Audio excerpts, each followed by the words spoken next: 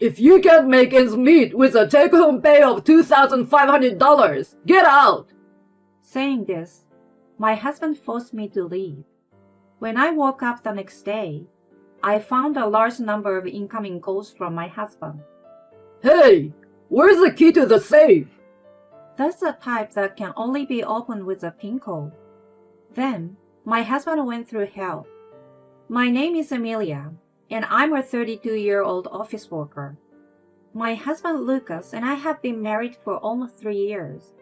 We were originally classmates in college and started dating when we met again at a class reunion.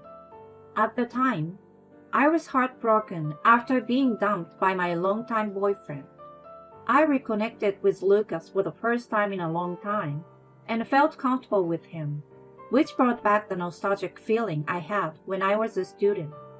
We started going out for drinks after work and started dating. Since we had been friends since school, we didn't have to worry about each other, and I was able to talk about many things and be myself. We continued to date well, and after about a year of dating, we decided to get married. I was almost 30 years old, and I wanted to get married while I was still in my 20s. Lucas was working for a company that paid him a low salary, but he seemed to work hard, and I was working as a company employee myself, so I knew life would be fine. We then officially got married. In the beginning, we had a lot of fun because we were newlyweds. Just being together every day made me happy. But as we continued our married life, there was something that bothered me a little. My husband did not do any housework at all. I was the one who cooked, cleaned, and did the laundry. Hey, why don't you do a little bit of the housework too? It's hard for me because I'm the one who has to do all the chores. I complained to my husband, but he would not listen to me at all. I've never done housework before. I see. My husband had lived at home since he was born and had never cooked or washed a day's laundry. I had no idea that he had never done that much housework. Then you can learn little by little. I'll teach you, I suggested to my husband, but he refused. No, I always work late. There's no way I'm going to do the housework after that. My husband certainly works overtime every day, but I didn't really understand why I was the only one who had to shoulder this additional burden. Besides, I made more money than my husband, who worked a lot of overtime and came home late. So I was not satisfied with the situation, where I was the only one who had to do the housework. However, my husband stubbornly refused to do the housework. I'm the head of the family, and I work hard.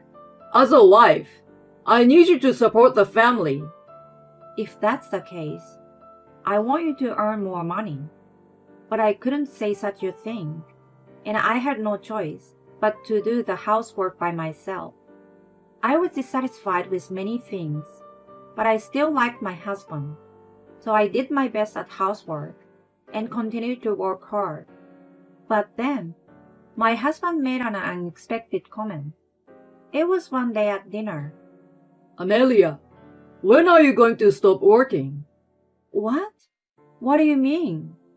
When you become a wife, you quit your job and focus on the family, right? Wait a minute. I'm not going to quit my job. Huh? Don't be ridiculous.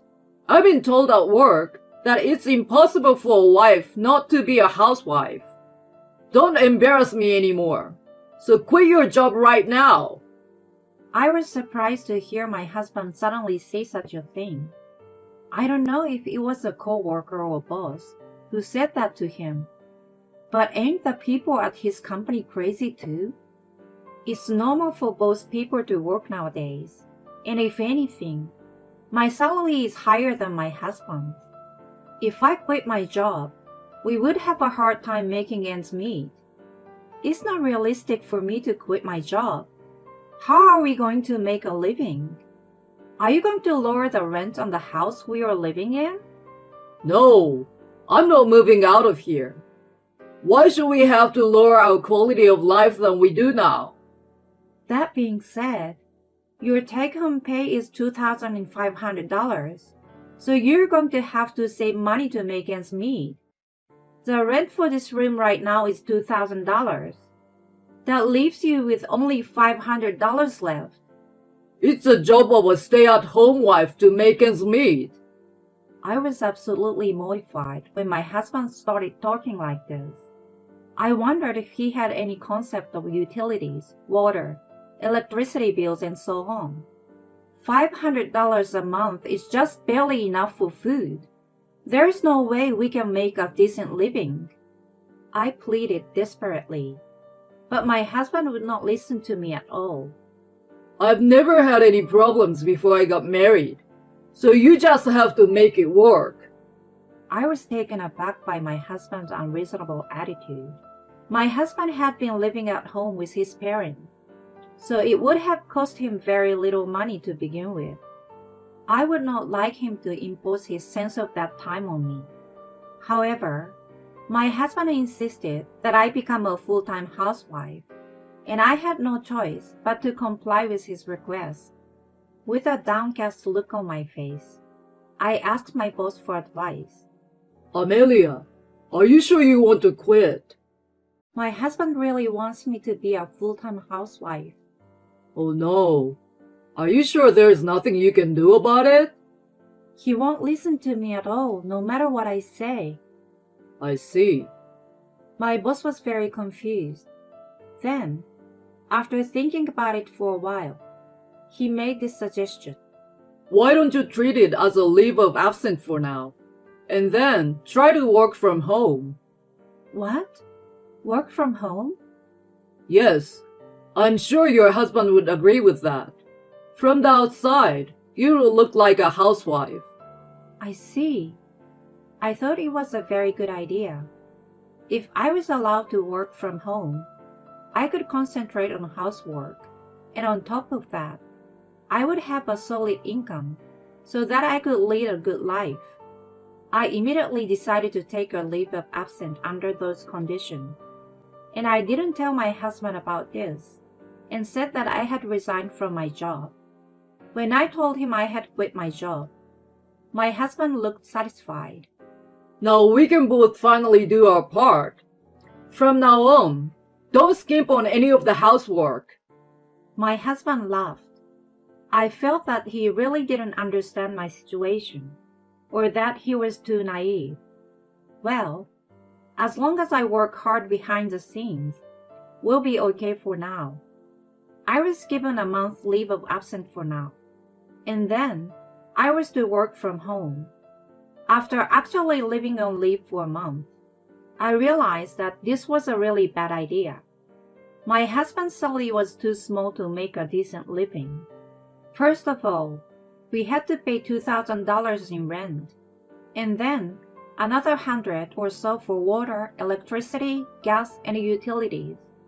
At that point, we were left with only about $400. On top of that, the Wi-Fi at the house and the communication fee for the smartphone would also take away about $100. So I would only have about $300 left to spend on food.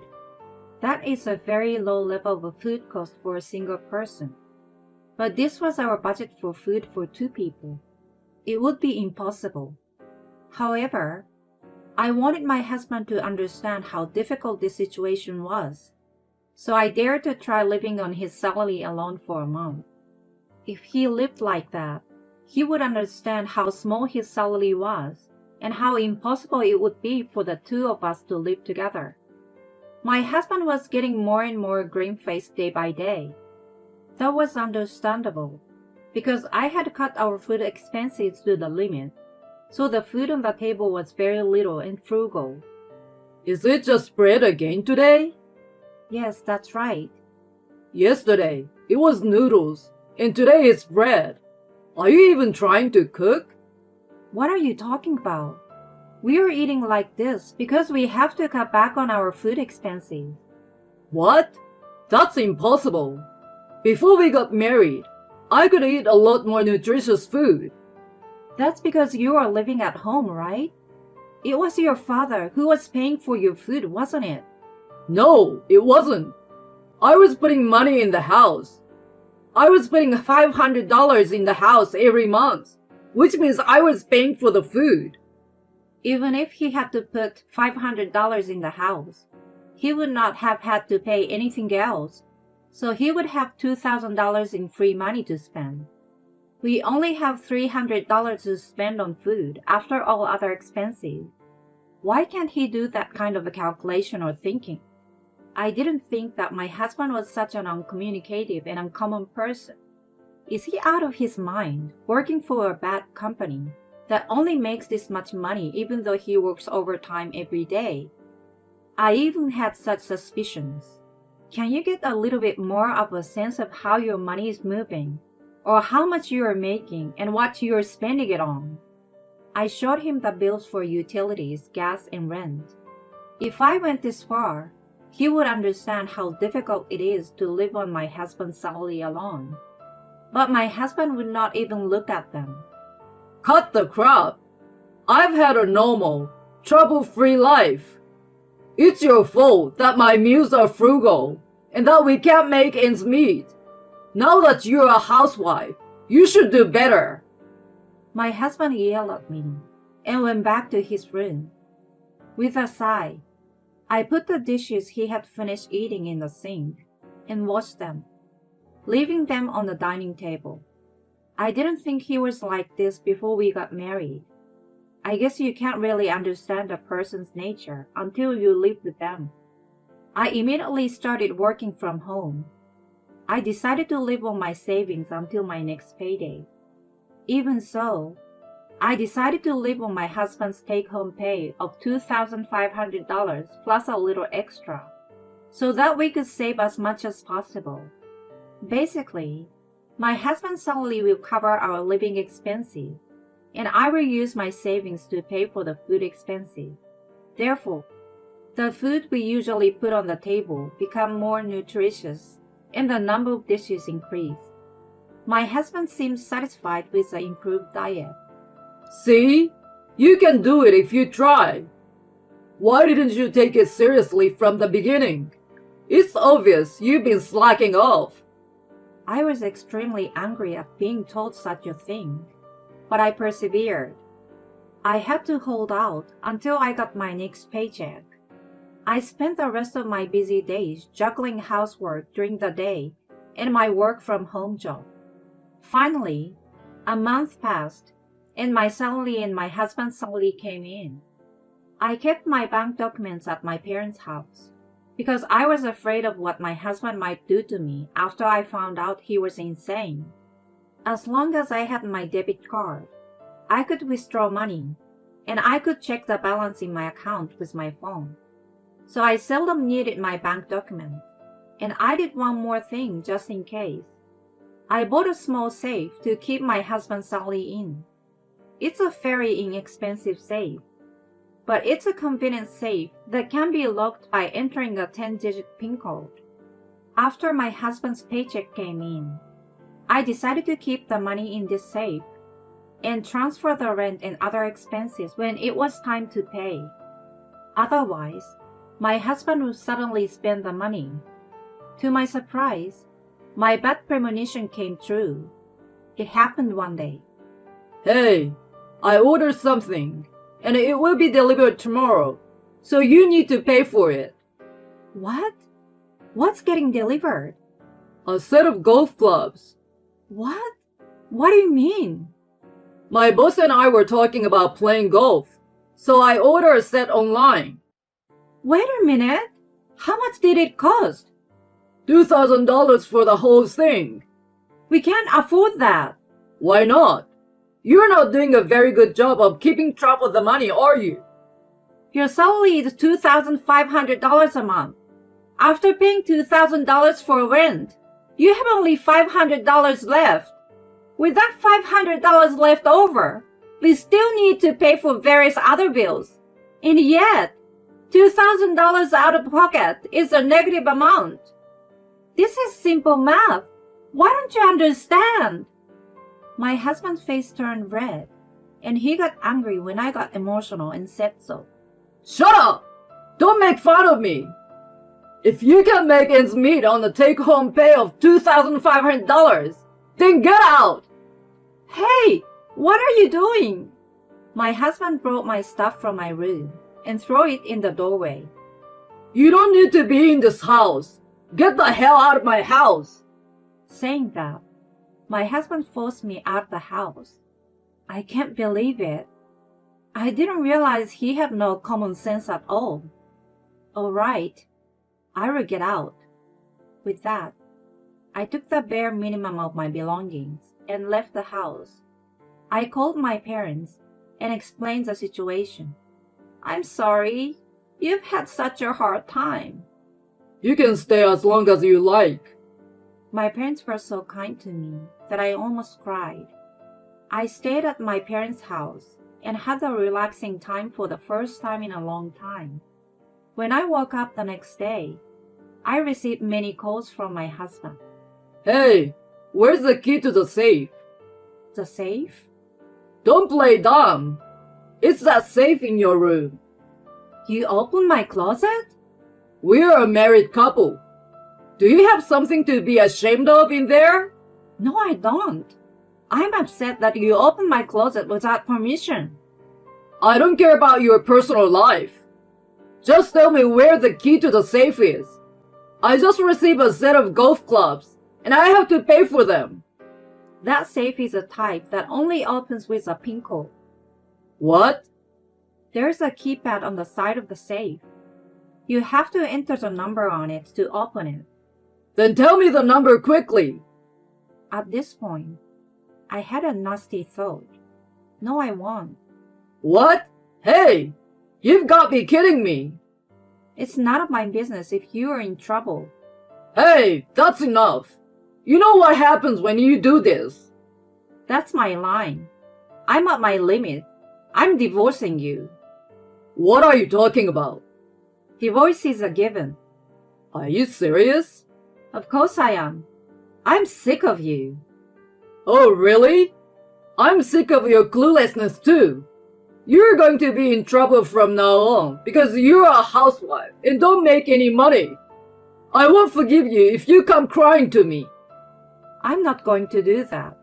Well, I'm hanging up now. I said so and forcibly hung up the phone. My husband then went through hell. I hired a lawyer through my father's referral, and the divorce was processed through the lawyer. My husband was very upset because he didn't think I was serious about divorce. He was reluctant to divorce until the very end. But when the lawyer told him that we would have to go to court, he suddenly freaked out and signed the papers. Then my husband took off on his own. The golf club bill and the rent bill came at once, and my husband called me in tears.